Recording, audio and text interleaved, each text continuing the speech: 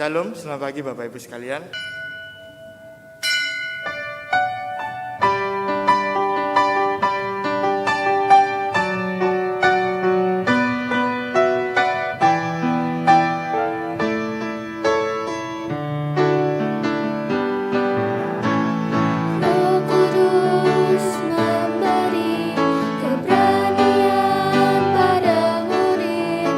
Bersaksi dan menciptakan perbuatan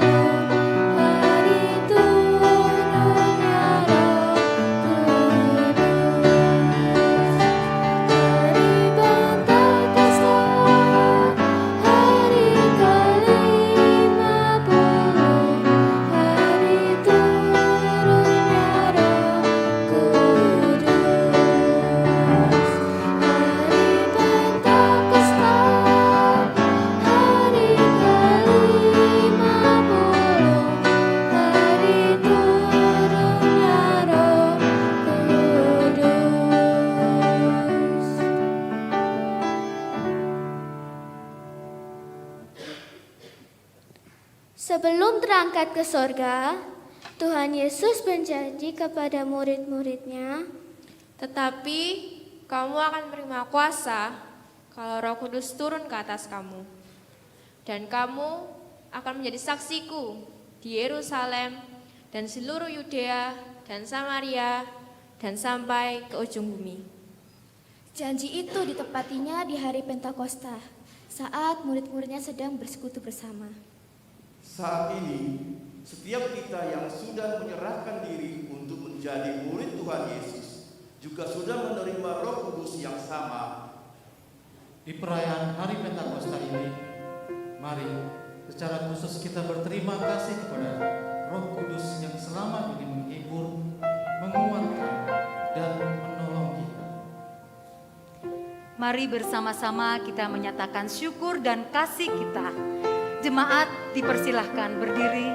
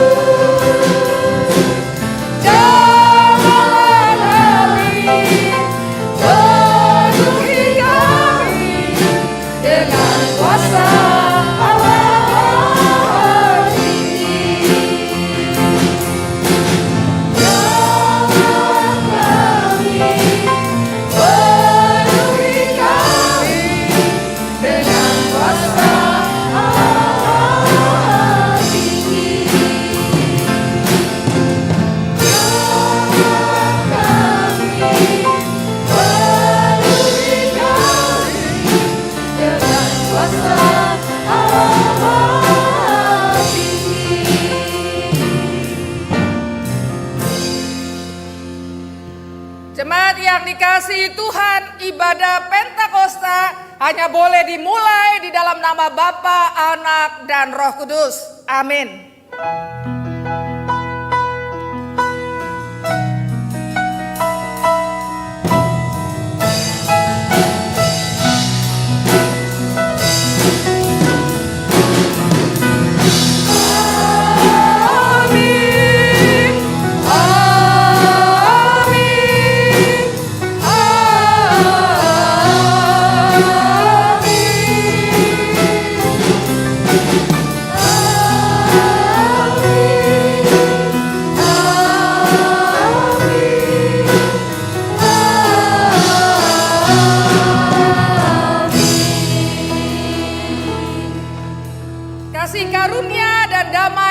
sejahtera dari Allah Bapa kita dan Tuhan kita Yesus Kristus menyertai saudara sekalian. Dan menyertai saudara juga.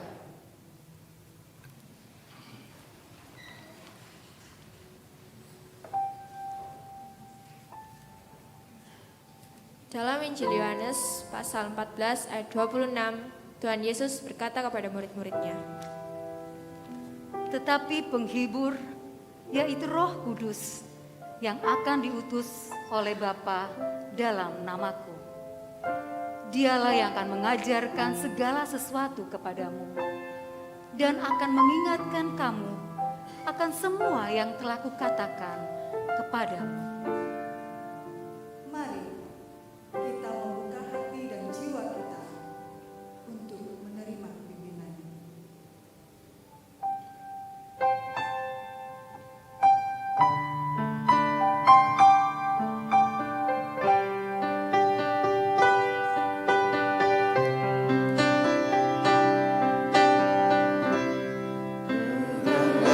Tanganku Roh Kudus.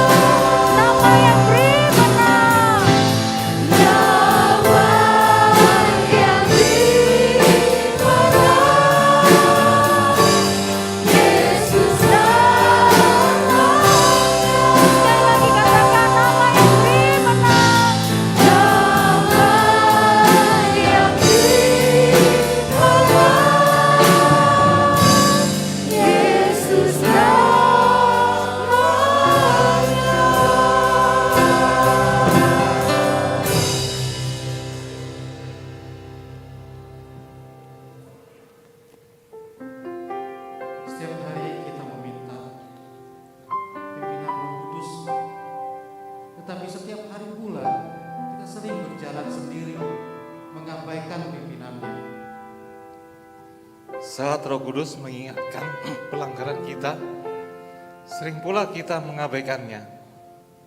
Kita yang seharusnya bersaksi tentang kebaikan Tuhan melalui kata-kata dan perbuatan kita, seringkali malah mempermalukan Tuhan. Betapa sering kita mendukakan Roh Kudus dengan kesalahan dan dosa kita. Mari kita akui dan mohon pengampunan.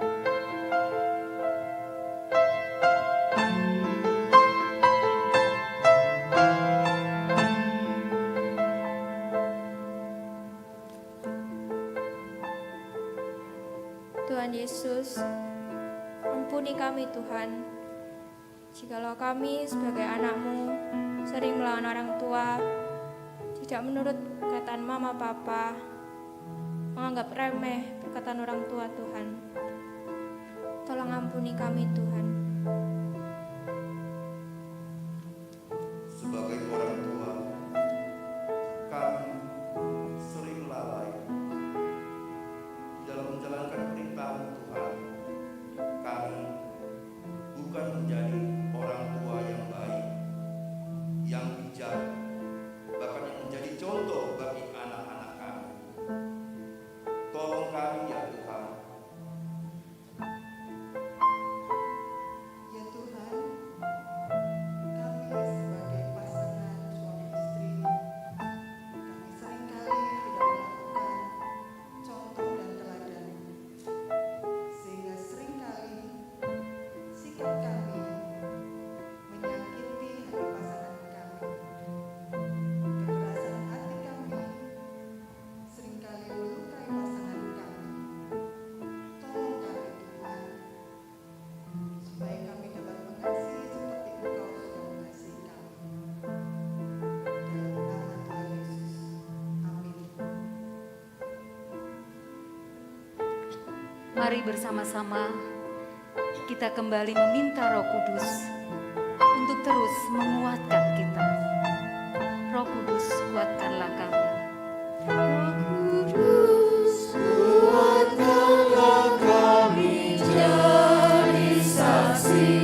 Saksi Tuhan di dalam dunia. Roh Kudus, kobarkanlah api kuasa-Mu dalam hati kami yang berdosa. Mari para perempuan kita nyanyikan lagu ini bersama-sama.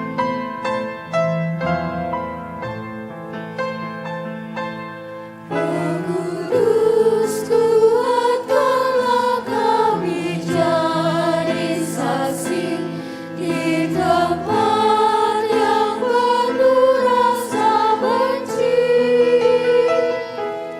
Roh Kudus, hiburlah setiap hati sedih dan berilah damai sejahtera. Mari kaum laki-laki menyanyikan lagu ini. Roh Kudus, kuatkanlah kami jadi saksi dalam dunia penuh kuasa gelap. Roh Kudus, pancarkan cahaya keilahi-Mu, tuntun kami mengabdi padamu.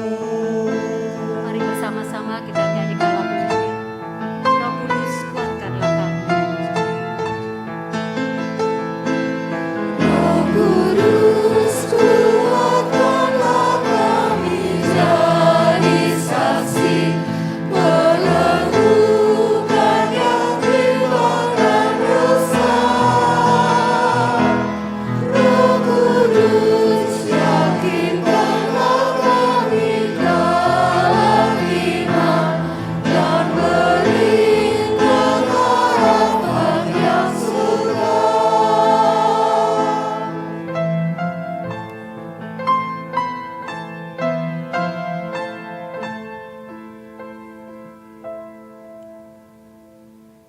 Dengan bangkit berdiri, mari kita sambut berita anugerah dari Tuhan.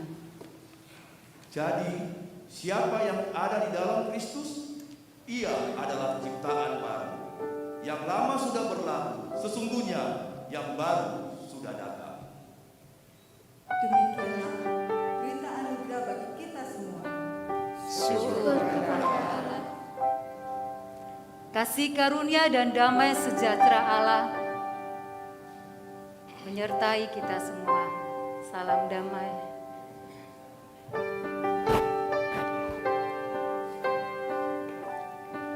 Seburuk atau serusak apapun kita, kasih Tuhan akan mengubah dan memulihkan kita.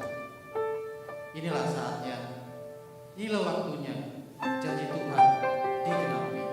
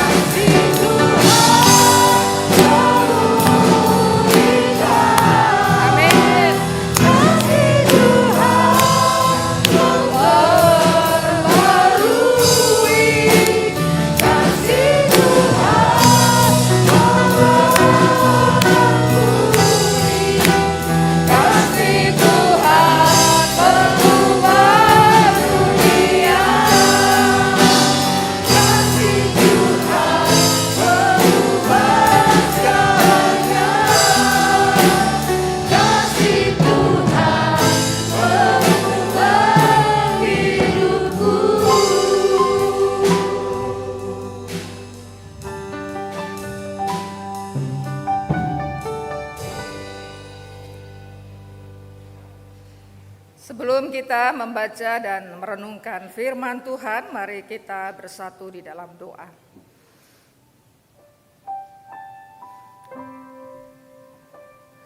Kami tahu Tuhan, Engkau hadir di ruangan ini. Bahkan Roh Kudus sedang bekerja di setiap hati, pikiran daripada kami semua, baik hamba-Mu yang akan menyampaikan firman-Mu maupun umat-Mu. Ajari kami Tuhan hormat kepada kehadiran Tuhan dalam hidup kami. Ajari kami Tuhan taat dan setia di dalam segala kelemahan kami.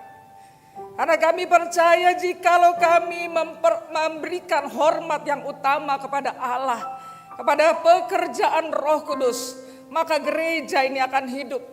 Maka setiap kami menjadi orang-orang yang percaya, yang terus dipakai Tuhan di dalam profesi kami masing-masing. Dan kami taat juga dalam memberitakan kabar baik kepada semua orang. Tuhan, firman-Mu akan kami baca. Dan hamba-Mu hanya menyampaikan apa yang menjadi kerinduan dan pergumulan. Tetapi lebih daripada itu, setiap orang di tempat ini, Roh Kudus akan bekerja, akan menolong, akan memimpin sesuai kebutuhan kami. Terima kasih Tuhan, karena kami masih boleh hadir di dalam ibadah ini, masih boleh membaca dan merenungkan firman Tuhan. Terpujilah Engkau. Amin. Jemaat yang dikasihi Tuhan, tema kita hari ini diubahkan untuk mengubah. Teks yang diambil Kisah Rasul pasal yang kedua ayat 1 sampai 16, kemudian dilanjutkan ayat 37 sampai ayat yang ke-40. Kisah Rasul 2 ayat 1 sampai 16 dilanjutkan pasal yang ayat 37 sampai 40. Ayat 1 sampai 13 kita akan membaca silih berganti mulai 14 sampai pasal yang ke-40. Bu Agustina yang akan baca. Kisah Rasul pasal 2 ayat 1 sampai 13 silih berganti. Demikian teks firman Tuhan. Ketika tiba hari Pentakosta, semua orang percaya berkumpul di satu tempat. Tiba-tiba turunlah dari langit suatu bunyi seperti tiupan angin keras yang memenuhi seluruh rumah di mana mereka duduk. Dan tampaklah kepada mereka lidah-lidah seperti nyala api yang bertebaran dan hingga pada mereka masing-masing. Menyulang mereka dengan Roh Kudus, lalu mereka mulai berkata-kata dalam bahasa lain, seperti yang diberikan oleh Roh itu kepada mereka untuk mengatakannya. Waktu itu Yerusalem diam orang-orang Yahudi yang saleh dari segala bangsa di bawah kolong langit. Ketika turun bunyi itu, berkerumunlah orang banyak. Mereka bingung karena mereka masing-masing mendengar rasul-rasul itu berkata-kata dalam bahasa mereka sendiri. Saya akan baca ayat 7, tapi saya melihat tanggapan atau jemaat suaranya kurang keras ya. Ini berapa ratus orang kalah dengan saya ya. Ayat 7 saya baca, nanti ayat 8 ya. Gak usah lembut-lembut, baca saja ya firman Tuhan itu ya. Mereka semua tercengang-cengang dan heran, lalu berkata, bukankah mereka semua yang berkata-kata itu orang Galilea? Bagaimana mungkin kita masing-masing mendengar mereka berkata-kata dalam bahasa kita sendiri, yaitu bahasa yang kita pakai di negeri asalku.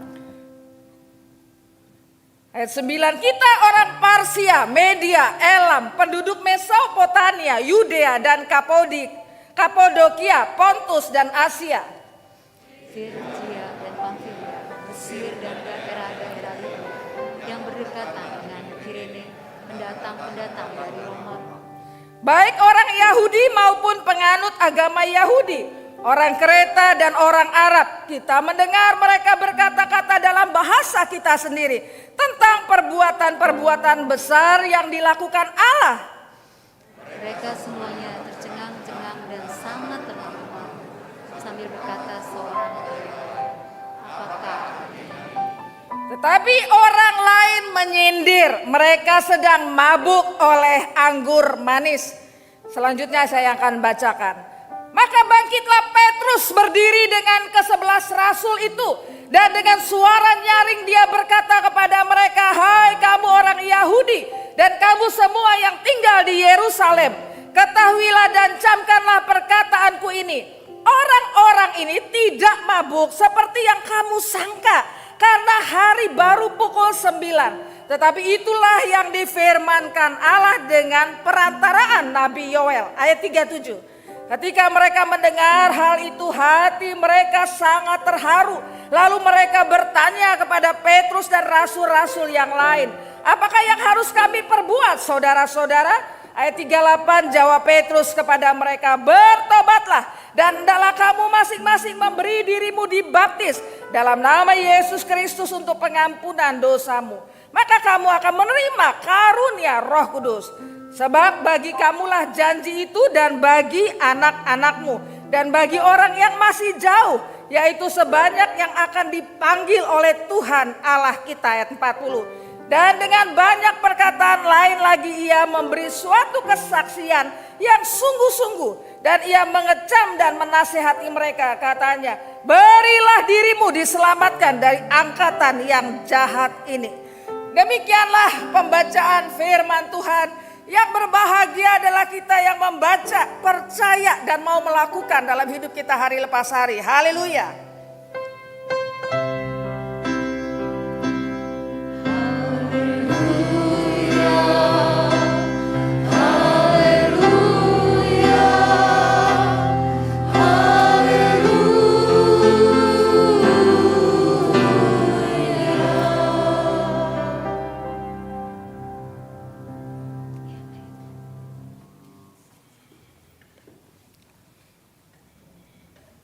Selamat pagi.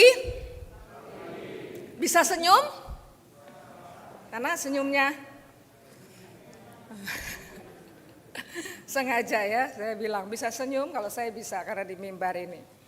Saudara yang dikasihi Tuhan, tema kita hari ini adalah diubahkan untuk mengubahkan. Diubahkan untuk mengubahkan. Coba sama-sama katakan. Diubahkan. Yang paling penting dulu awalnya adalah apakah saudara mau berubah? Nah, kalau nggak mau berubah silakan ngopi-ngopi di sebelah ruangan. Apakah saudara mau berubah? Ya itu penting karena nggak usah terakhir khotbah baru ditanya ya suatu perubahan. Sekarang ditanya awal ditanya. Yang kedua nanti kalau kita salaman, kalau Pentakosta salamnya apa? Siapa yang mau usul? Salamnya apa Pak Daryo? Pentakosta ya, datangnya Roh Kudus, hadirnya Roh Kudus, bahasa aslinya Parakletos. Itu adalah roh penghibur, menguatkan ya. Jadi salamannya adalah Roh Kudus menguatkanmu gitu ya. Nanti kalau salaman di depan begitu.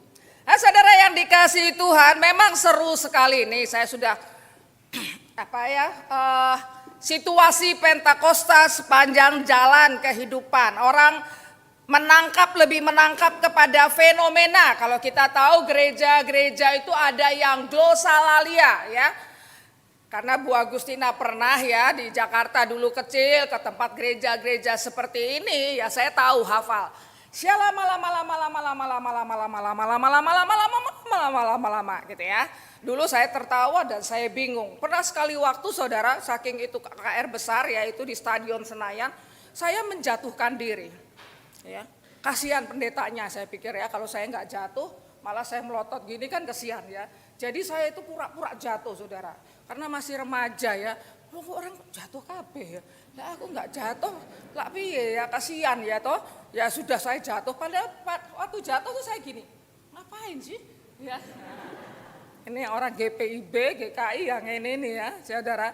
Jadi adalah suatu yang di banyak gereja itu kita tidak sebut adalah glossolalia, bahasa roh ya.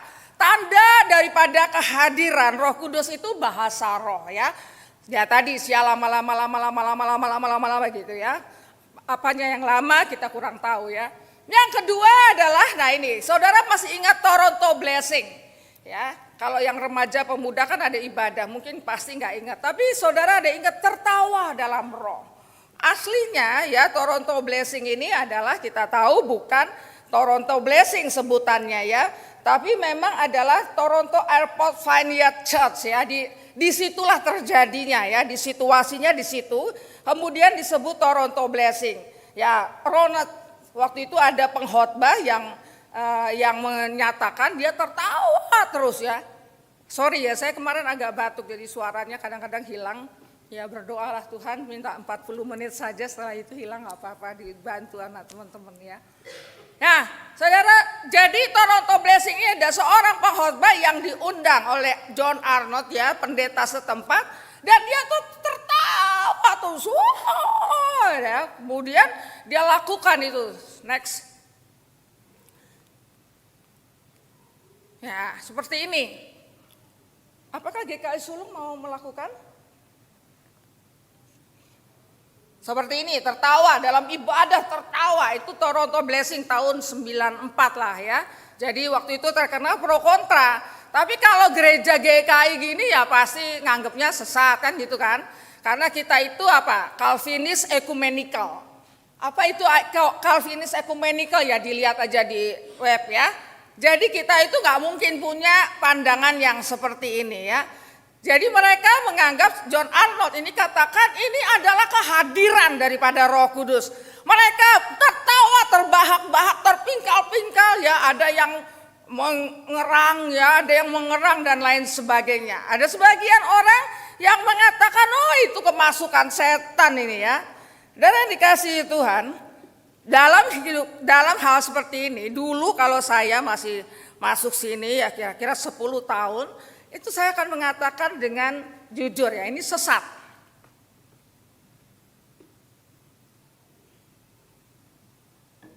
Bahkan mungkin saya akan maki-maki.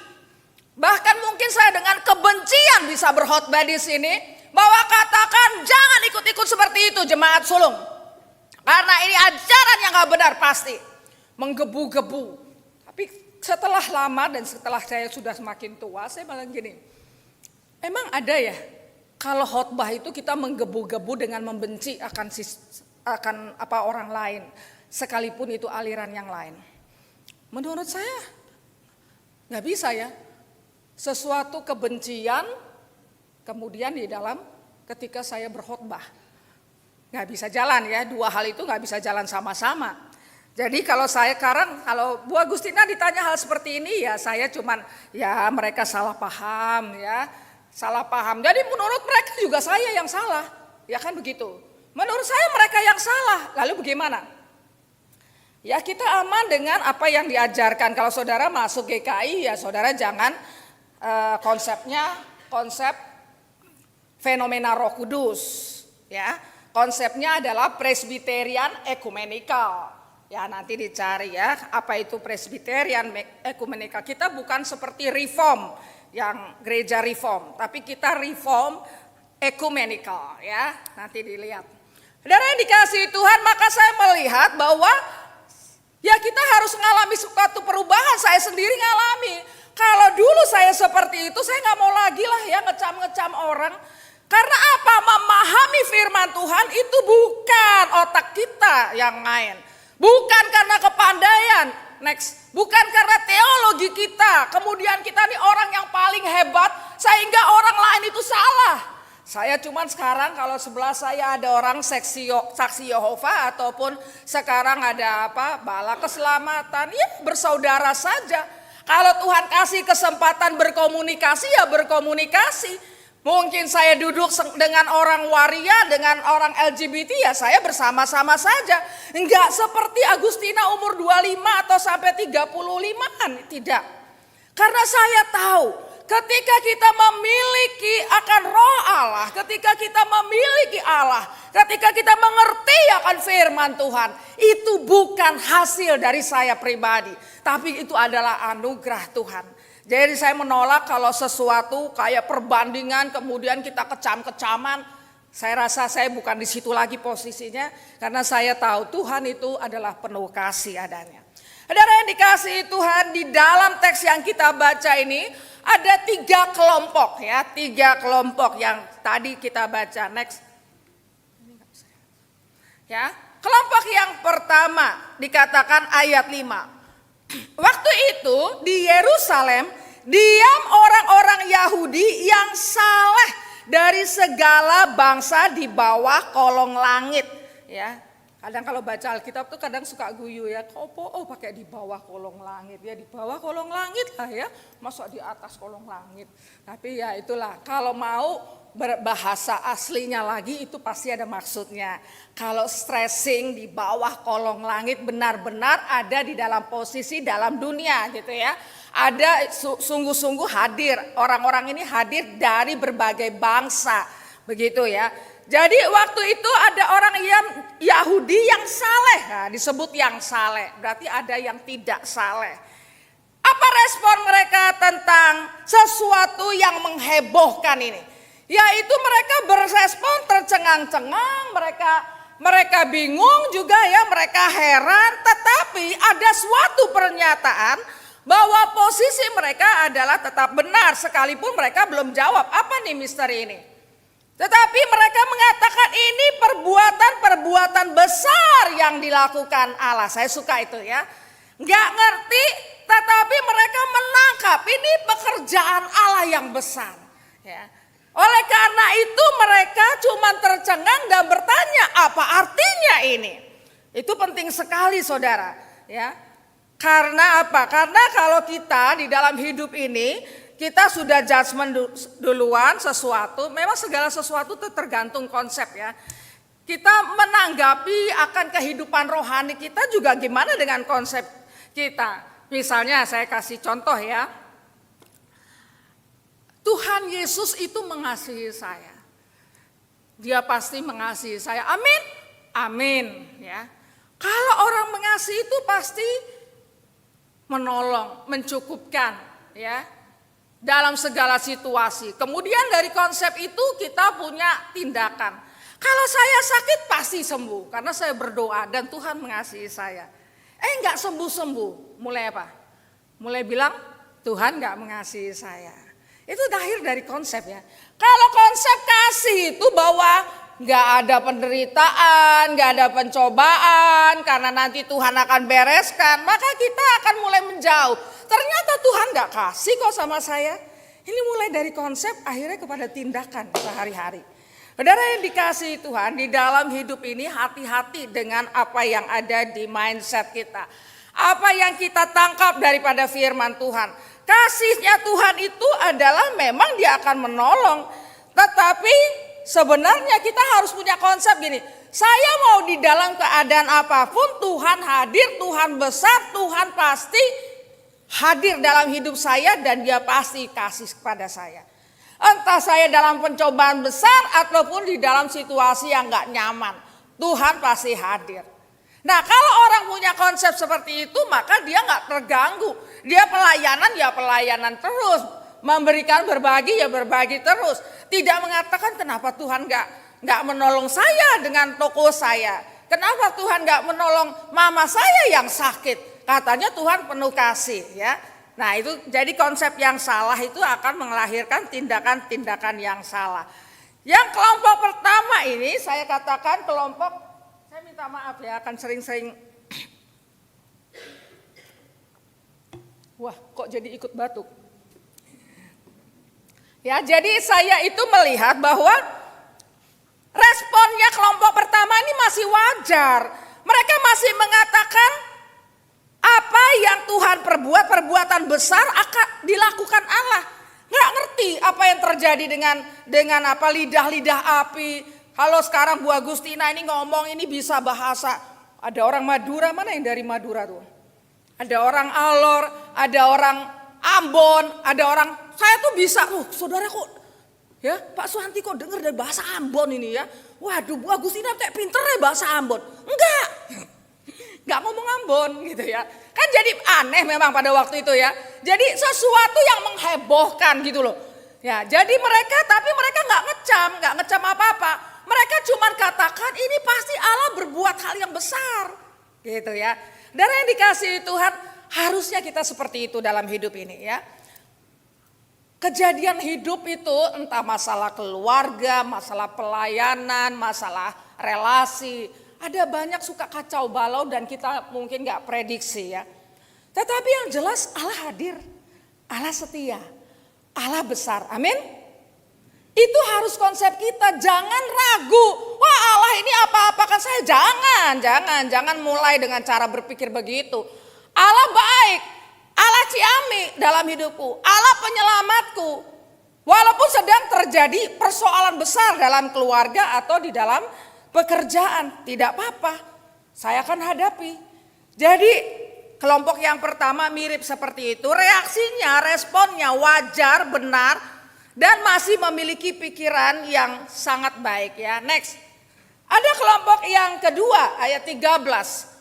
Dikatakan demikian, tetapi orang lain menyindir, mereka sedang mabuk oleh anggur manis. Kata menyindir ini ya, menyindir kalau orang sekarang apa? Nyinyir ya, nyinyir gitu ya. Sukanya apa ngomentari negatif aja, apalagi orang yang gak disukain ya. Negatif aja komentarnya ya, nyinyir ya. Padahal belum tentu, ya apalagi ini nyinyirnya sama pekerjaan Allah. Tapi siapa sih orang-orang ini? Tentu orang-orang ini bukan termasuk orang Yahudi yang salah yang tadi dikatakan. Karena apa?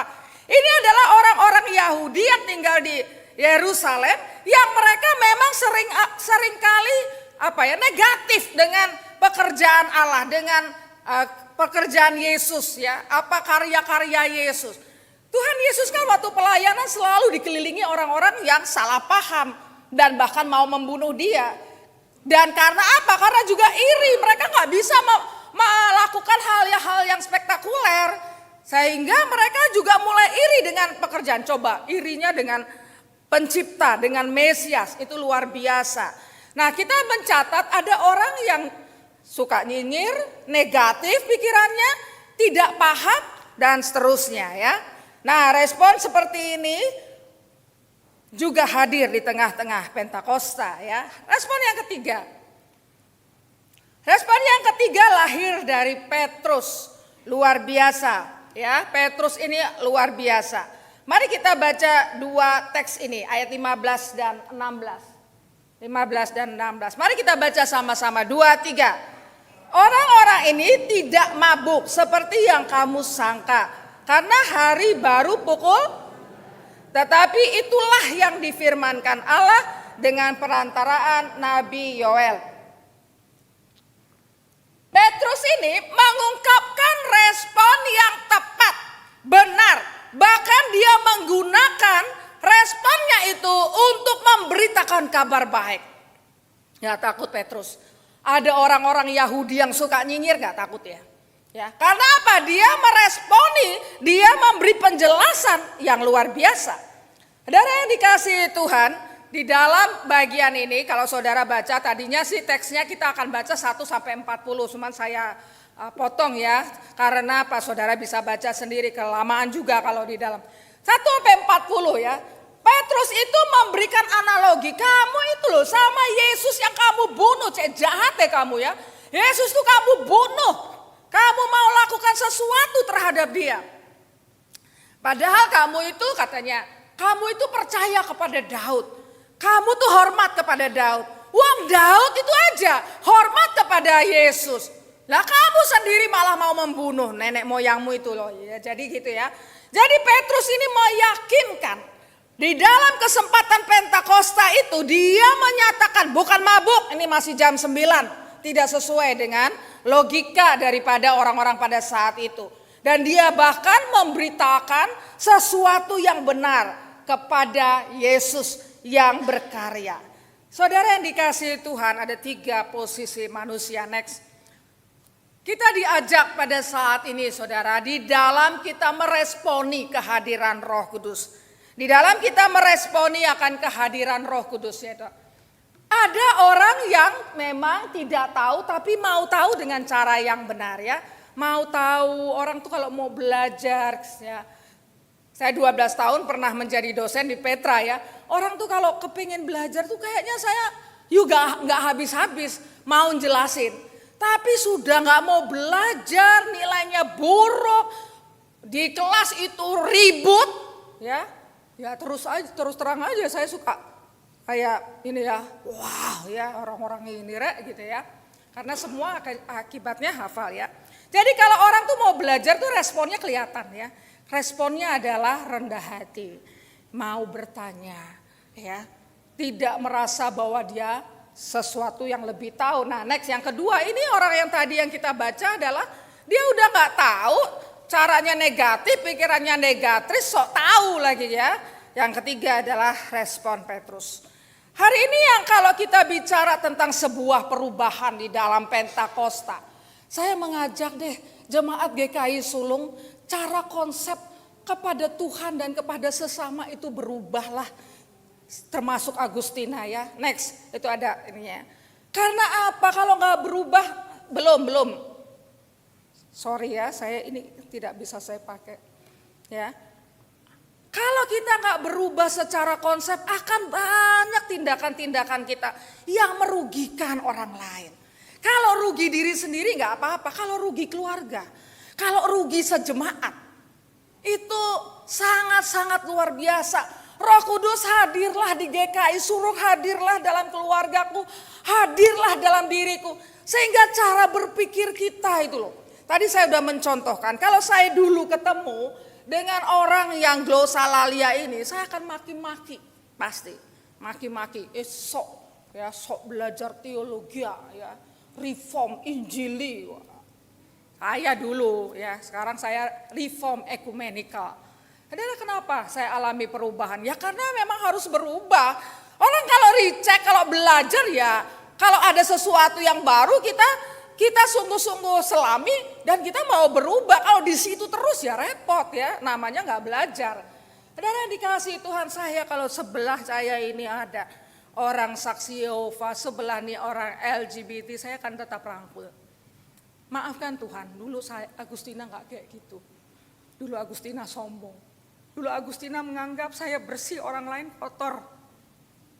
Tapi sekarang saya mau diri sama-sama. Karena kalau aku diampuni Tuhan, itu karena Tuhan, bukan karena Agustina baik. Jadi kalau sebelahku orang LGBT, aku akan bawa dia, akan tolong dia.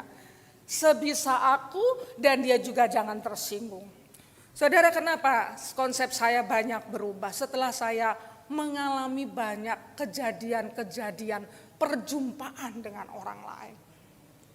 Sekali waktu ada seorang gay di tengah-tengah pembicaraan kami bersama-sama orang GKI ya. Ibu, rumah saya itu dekat loh. Kayaknya saya udah pernah ya ngomong sama saudara. Rumah saya itu dekat loh, GKI Sulung. Bolehkah saya ke gereja ibu? Dek. Sayanya yang dek ya. Majelisku dan jemaatku terima enggak? Saudara yang dikasih Tuhan, tapi pernyataan itu terngiang-ngiang terus dalam hati saya. Bukankah Tuhan yang menciptakan mereka?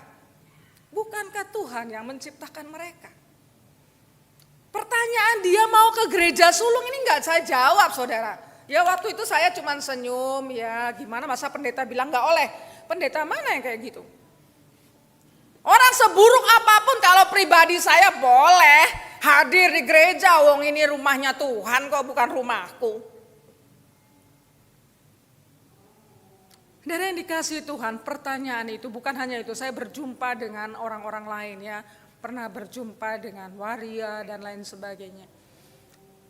Mereka punya persoalan di dalam hidup mereka. Saya ini punya Yesus, saya punya kasih. Tapi kasih saya batasin. Buat orang yang bersih-bersih aja. Buat orang yang kelihatannya ganteng dan cantik saja. Buat orang yang api-api, yang hidupnya normal-normal. Ketika yang gak normal saya juga takut nanti dikirain kalau jemaat saya bergaul dengan yang gak normal ini. Lah Bu Agustina rek, ya pendeta aku rek main-mainnya sama orang yang elek-elek ini. Dari yang dikasih Tuhan, tadi saya mengatakan perubahan itu terjadi ketika konsep saya juga mengalami perubahan.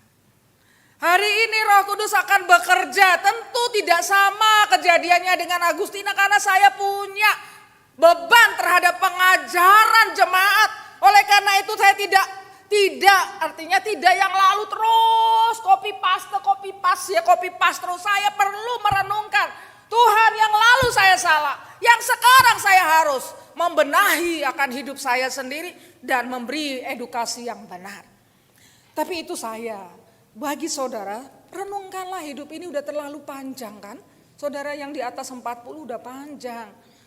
Coba lihat, pemahaman kita selama ini benarkah? Itukah yang Tuhan mau?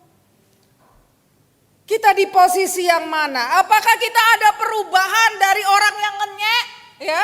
Sekarang orang yang menghargai sesama karena Tuhan ini menghargai. Ngomong-ngomong hari ini hari lingkungan hidup ya. Kalau sama manusia kita menginjili, sama lingkungan kita itu mengasihi sebagai alam ciptaan Tuhan, merawat. Ya. Ini kalau nggak ada perubahan di konsep biar 300 tahun saya ikut Tuhan, ya saya nggak ngalami perubahan apa-apa. Tapi kalau saya Tuhan benarkah ini, aduh sama konsep lamaku ini aku harus dirubah. Nggak enak Tuhan. Tapi kalau Tuhan mau, kita ini kan anak Tuhan. Kita ini kan doulos, hamba. Kita ini cuma nurutin Tuhan loh. Kalau kita keras kepala ya namanya kita tuan bukan hamba. Saudara, perubahan pikiran inilah yang menjadi beban saya pada hari ini di hari Pentakosta. Karena saya melihat ada 3 kelompok ini dalam teks ini. Mari kita orang-orang yang berubah. Kalau Tuhan baik kepada kita, baiklah kepada sesama. Kalau Tuhan tuh gak pernah marah-marah kepada hidup kita. Tuhan itu gak pernah ngomong kasar kepada kita. Ngomonglah baik-baik ya sama orang lain. Jangan kasar. Anda ini membawa nama Tuhan. Membawa nama Yesus, apalagi di tempat kerjaan di mana orang lain belum percaya Yesus. Nek kamu kasar, mereka bilang, oh itu diajari sama Tuhannya kali ya kayak gitu. Saudara, saya orang Batak. Orang Batak apa? Kasar dan keras ya. Sama seperti orang Ambon, ya Enggak ya? Orang Ambon. Oh ada Pak Simon lagi di sini ya. Oke, orang Batak juga keras. Tapi saudara, di rumah tuh saya belajar dari abang saya paling besar. Lembut kayak orang, ya maaf ya saya ini bukan ras tapi kayak orang Jawa. Ya karena sekolahnya di Jawa Tengah dulu ya. Dia itu kalau apa-apa tersinggung gitu artinya mesti hati-hati ngomong sama dia ya. Jadi saya belajar ya, kalau saya itu kan ngomong apa adanya, aku gak suka mbak kamu ya. Belajar saudara, tapi yang lebih dari itu adalah itu kan bisa diatur ya kalau masalah kita hormat sama orang. Tapi konsep ini loh, ini hanya pekerjaan Roh Kudus loh Tuhan. Jadi jangan lagi mengatakan ketika kita punya masalah besar, Allah tidak cinta aku. Tidak, Allah cinta kita mati pun bagi kita. Ada apa lagi? Lakukan saja semua kehidupan ini dengan sebaik-baiknya. Persoalan apapun silakan datang. Karena aku punya Allah yang besar. Amin. Segala persoalan kita selesaikan karena Allahku lebih besar dari persoalan. Saudara, kalau hidup kita seperti itu maka hidup kita menjadi rileks, menjadi indah. Inilah karya Roh Kudus. Sekarang kan kita gak bertemu Yesus. Roh Kudus, Parakletos itulah yang menolong kita, mengingatkan akan pekerjaan Allah, akan berita. Kalau Petrus tadi memberitakan Injil, di dalam keadaan terjepit dia tetap memberitakan Injil. Saudara, ini luar biasa. Dan ayat 37 dan sampai 38 ya, dikatakan tadi demikian. Ketika mereka mendengar setelah Petrus ini berkhotbah ya, setelah dia menyatakan jelas, dia tanpa tedeng aling-aling, dia tegur itu orang-orang ya. Ketika mereka mendengar hal itu, hati mereka sangat terharu. Lalu mereka bertanya kepada Petrus dan rasul-rasul yang lain, apakah yang harus kami perbuat saudara-saudara? Jawab Petrus kepada mereka, bertobatlah dan hendaklah kamu masing-masing memberi dirimu dibaptis dalam nama Yesus Kristus untuk pengampunan dosamu. Maka kamu akan menerima karunia Roh Kudus. Pekerjaan Roh Kudus adalah menakjubkan saudara. Pada saat itu mungkin saya rasa orang itu akan keras kepala, tetapi tetap aja beritakan firman ya. Kalau suami saudara keras kepala, doain aja, jangan sampai gini, wes berhenti, percuma doain dia. Udah 20 tahun ya gak berubah-berubah. Tugas saudara sebagai istri ya berdoa terus saja ya.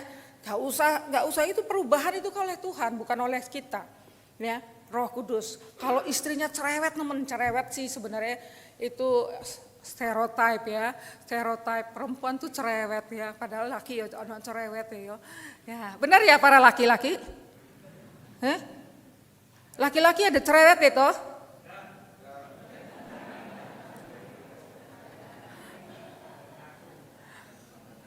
Pak Andrew ini tak kira dulu diem. Ternyata setelah jadi majelis tambah cerewet. Sorry. Artinya semakin mengenal kan Pak. Oke ya, jadi kalau kita ngelihat mari ya, kita mau menyenangkan Tuhan hari ini. Amin. Ya, kalau mau menyenangkan Tuhan, ya kembali baca Kisah Rasul 2, 1 sampai 40. Tadi Bu Agustina udah lihat ada 3 kelompok ini. Janganlah kita kelompok yang tadi ya, yang suka nyinyir, janganlah ya. Kita kelompok yang kedua aja yang gak ngerti, tapi Tuhan aku percaya pekerjaanmu besar. Menyenangkan ya, kita menyenangkan Tuhan. Aku kok gak ngerti Tuhan, masalah ini untuk apa Tuhan, tapi aku percaya Engkau hadir ya. Apalagi kita diajak seperti Petrus, segala peluang kita sampaikanlah firman Allah, berita Injil. Saudara, gereja ini banyak situasi keadaan berubah. Nanti saya mendengar pemberitaan Injil oleh banyak orang di sini. Dikatakan karena gereja ini menjadi gereja yang memberitakan kabar baik seperti Petrus. Biarlah perubahan-perubahan itu terus kita. Kalau saudara berkeluarga, tolong tanya hari ini, catat dulu ya, pas habis ibadah, negatifnya suami atau istri, positifnya apa? Kira-kira nanti kalau Pentakosta tahun depan ya, dilihatin lagi itu catatan. Berani Pak Victor? Berani ya? Dilihatin lagi itu catatan, apakah kita alami perubahan ya? Agustina juga bersedia ya, akan saudara catat. Karena semua kita berubah bukan untuk siapa-siapa, untuk menyenangkan Tuhan. Amin? Saudara mau menyenangkan Tuhan? Mari kita sungguh-sungguh hidup di dalam Pentakosta, gereja dan pribadi kita alami perubahan. Amin.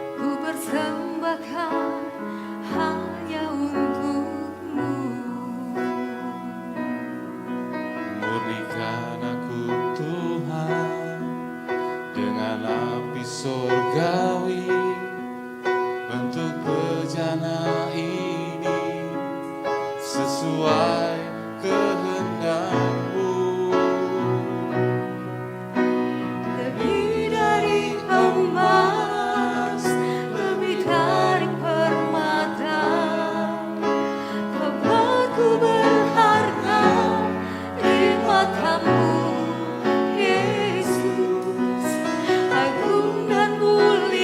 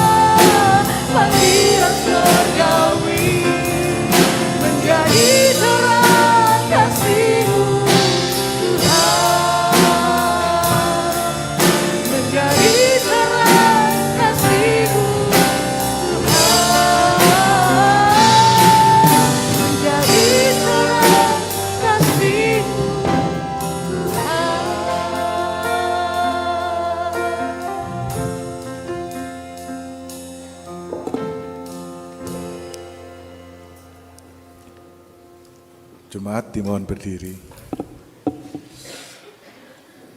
Marilah kita bersama dengan umat Allah di masa lalu, masa kini, dan masa depan, mengingat pengakuan iman pada baptisan kita menurut pengakuan Imam Rasuli.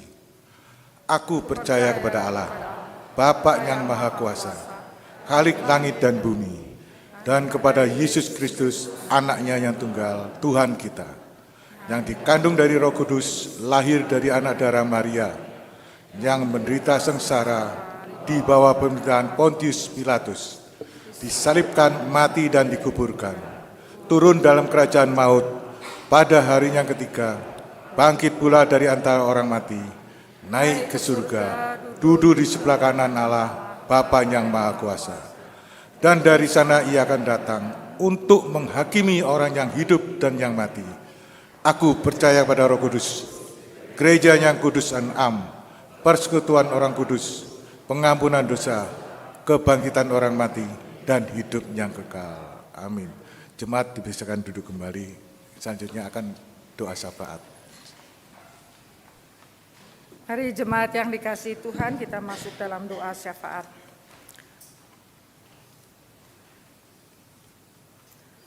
Tuhan, kami berterima kasih karena Engkau di dalam Pentakosta ini mengingatkan kami akan perubahan kehidupan, terutama dimulai dari pandangan kami, pandangan iman kami tentang Yesus, tentang kehidupan di sekeliling kami.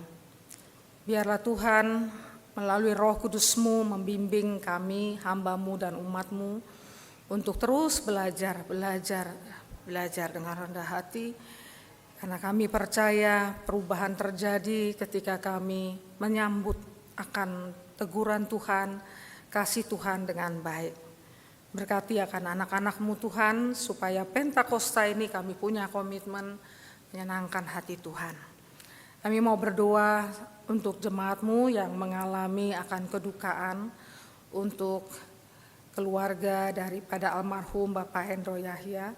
Tuhan yang memberkati untuk Ibu Moli, untuk anak-anak, menantu, cucu, bahkan cicit. Kami serahkan ke dalam tangan-Mu Tuhan. Luar biasa Engkau sudah memeliharakan anak-Mu, dan Tuhan juga memeliharakan keluarga ini. Kami juga berdoa untuk keluarga daripada Bapak Herianto dan Ibu Ingrid yang dipanggil orang tua mereka, Ibu almarhumah Wailuti. Tuhan memberkati, Tuhan yang menghibur mereka supaya mereka juga terus berjalan bersama dengan Tuhan, dan Tuhan juga yang memimpin seluruh keluarga besar. Kami teringat juga untuk almarhum Bapak Hendra Lilin yang kami sebut, karena hamba-Mu ini seringkali ingat akan sulung di dalam khususnya untuk berbagi lilin setiap tahun. Tuhan, hamba menyerahkan keluarga untuk ibu dan kedua putranya dan anak-anaknya, cucunya, supaya Tuhan juga memelihara. Kami berdoa juga untuk yang sakit, untuk Pak Gunawan. Dalam segala proses kami serahkan ke dalam tangan-Mu, untuk Ibu Ning, untuk Ibu Gardina juga dalam segala proses kesembuhan, Tuhan juga yang memimpin. Nah, terakhir kami juga berdoa untuk anak Aaron Tuhan. Tuhan tolonglah dan jamahlah dia, Aaron Potalangi, supaya ada kesembuhan. Kalau hamba mendengar ada kelumpuhan di dalam kemudaannya ini, kami mau terus berserah kepadamu. Tuhan yang mampu menjamah, menolong, memimpin dalam segala proses kesembuhannya. Kami menyerahkan juga Tuhan untuk segala program-program yang ada, supaya tahun ini terus kami semangat ikut Tuhan. Kami menyerahkan juga pada saat ini ada peletakan batu pertama untuk pembangunan di Bajem Demak. Tuhan yang memberkati, supaya jemaat yang berada di sana mereka terus punya hati, kesatuan hati untuk membangun akan gereja Tuhan yang Tuhan percayakan di sana. Berkati akan hamba-Mu Pendeta Hero dan juga segenap majelis yang berada di sana.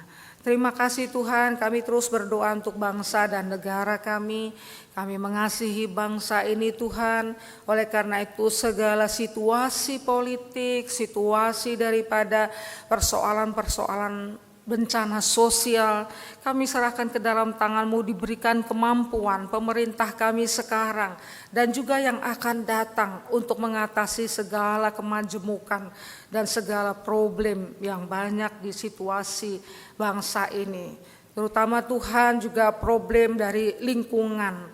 Hari ini kami mengingat akan hari lingkungan, biarlah Tuhan kami sebagai warga gereja diingatkan untuk bersama-sama pemerintah menjaga lingkungan yang baik. Kalau kami karena mandat daripada Allah sendiri sebagai anak-anak-Mu Tuhan untuk menjaga kelestarian, karena Tuhanlah yang memberikan akan segala alam ini untuk kami nikmati. Untuk pemerintah kami biar ada program-program yang baik. Kami bersyukur kalau mungkin di beberapa juga tempat mulai perbelanjaan mulai tidak lagi dibagikan kantong plastik dan hal-hal yang lain.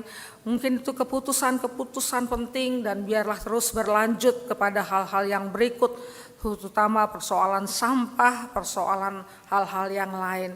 Kami serahkan ke dalam tangan-Mu. Kami mengasihi bangsa ini Tuhan.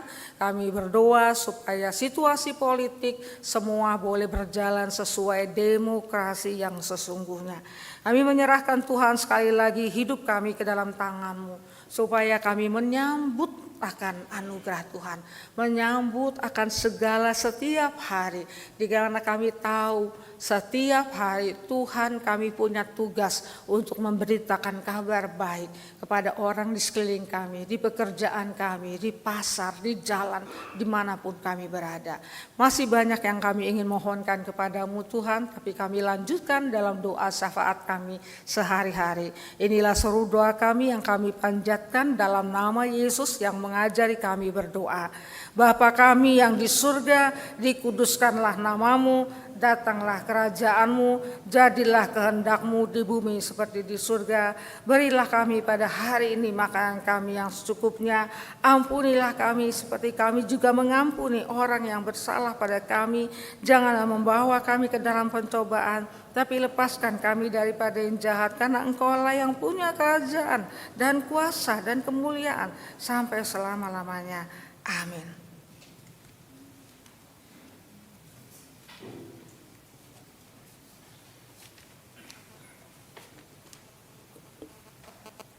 Jemaat sekalian, bersama-sama kita akan mempersiapkan hati kita untuk memberikan ucapan syukur kita kepada Tuhan kita, yang didasari dari Mazmur 54 ayat yang ke-8.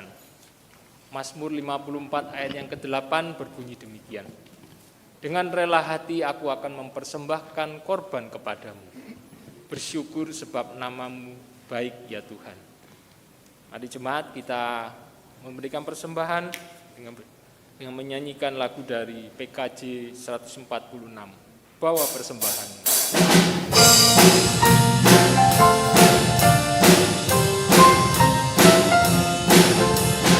Bawa persembahanmu dalam rumah Tuhan dengan rela hatimu, janganlah jauh.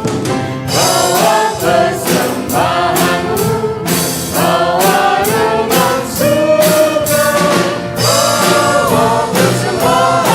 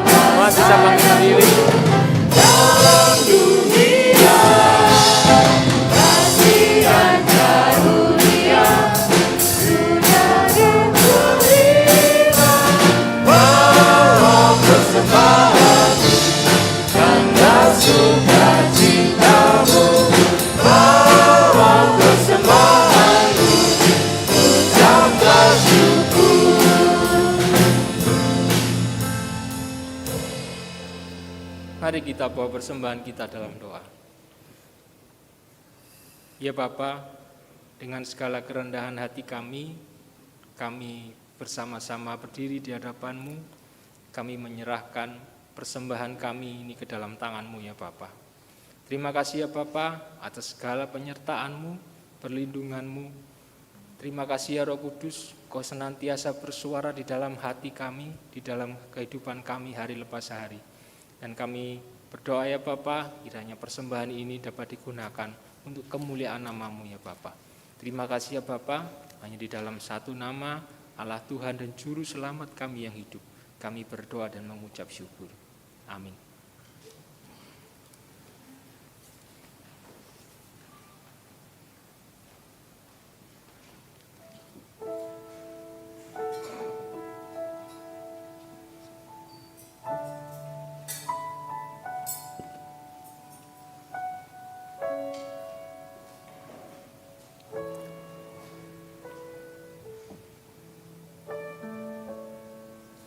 Penghibur telah tiba. Mari kita sebarkan kabar baik ini kepada dunia yang resah, kepada dunia yang bimbang dan cemas. Bukan kita saja yang perlu diubahkan, kita diubahkan untuk mengubahkan. lewat kata dan karya kita. Mari kita sebarkan wartanya. Sebarkan wartanya.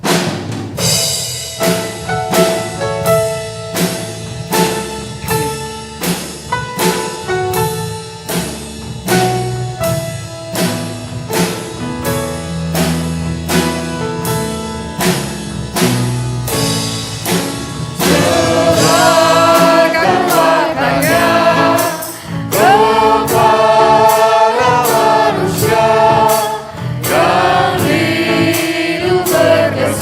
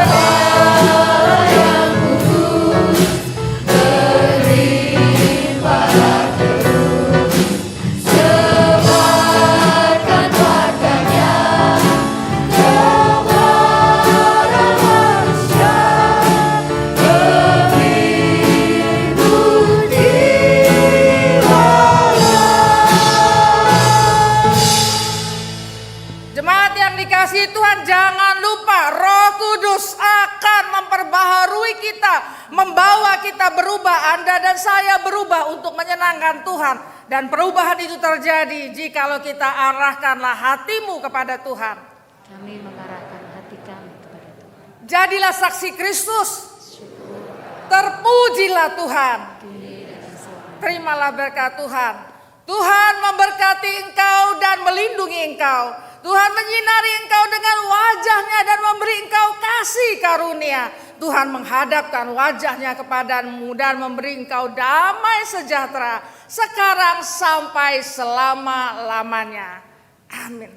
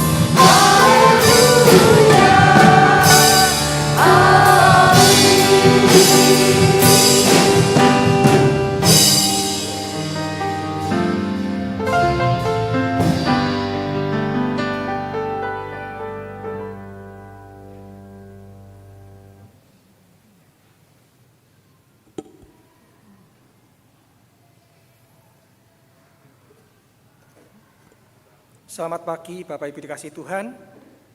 Kebaktian telah usai, sampai jumpa kembali minggu depan di GKI Solo. Tetap jaga kesehatan, jaga prokes. Tuhan Yesus memberkati.